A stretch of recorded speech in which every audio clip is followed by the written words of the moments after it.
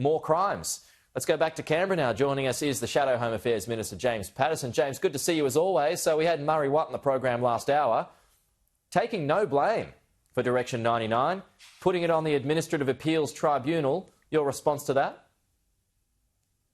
Good morning, Pete. Well, this is a very serious and shocking admission of guilt from the Prime Minister and the Immigration Minister. After spending days saying there was nothing at all wrong with Direction 99, there was nothing at all wrong with the instructions that Andrew Giles issued to his department and the AAT about how to interpret immigration law, after days of blaming the AAT, blaming Home Affairs, saying it was someone else's fault, now they've admitted actually the core of the problem was Direction 99. Otherwise, why would you be changing Direction 99?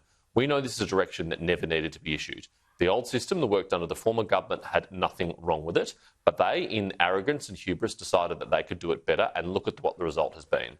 Some of the most horrific criminals you will ever hear about, you will ever read about, were released back into the community, allowed to stay here despite being non-citizens by the AAT, and in every one of those decisions, they cited the new provisions of Direction 99 as the reason that they did so. The only thing that's missing now from the accountability here is that no one personally has paid a price. No one has lost their job.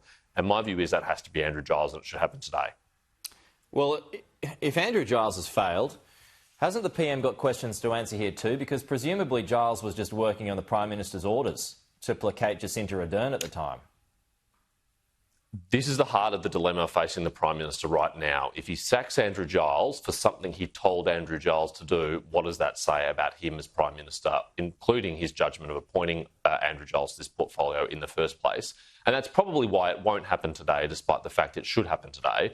The last thing the Prime Minister wants to admit in the middle of a sitting fortnight is that not only his minister got it wrong, but he got it wrong. So what I wouldn't be surprised to happen is that if quietly in the upcoming winter recess of the Parliament, when the attention of the media is elsewhere and people are away from this place, that there's a quiet reshuffle done and Andrew Giles is moved aside. Maybe the Home Affairs Minister as well. I think Murray Watt was doing an audition for the Home Affairs Ministry role on your program this morning and in Senate estimates this week. There's no doubt that Labor colleagues here in Canberra know this is terminal and something has to change. So, yeah, he pointed to Senate estimates this morning as well, where it was revealed when Peter Dutton was Home Affairs Minister, over 100 convicted sex offenders were released from immigration detention, but none of them had electronic bracelets or curfews. So the question being asked this morning, if ministers who released convicted criminals into the community should resign, should that same standard then be set for the opposition?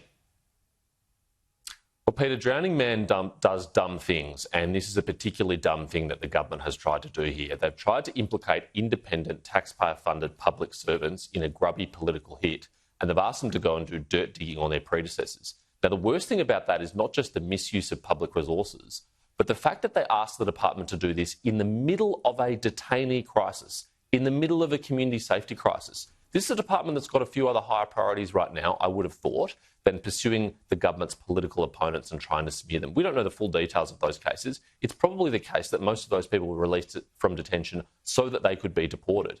Peter Dutton's record on immigration, detention and protection of the community couldn't be stronger. He personally cancelled 6,300 visas in the portfolio, more than any other minister since Federation. And if the Labor Party wants to have a debate about who is tougher on foreign criminals in our community, Peter Dutton or Andrew Giles or Anthony Albanese, that's a debate we're happy to have every single day of the week.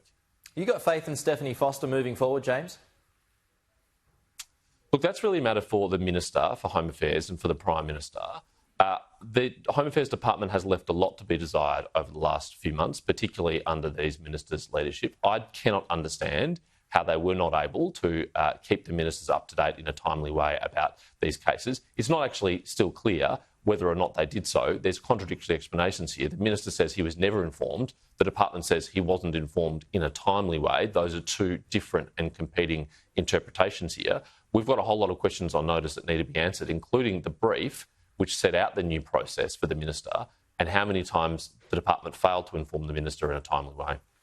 James Patterson, the Shadow Home Affairs Minister. Appreciate your time as always, James. Well,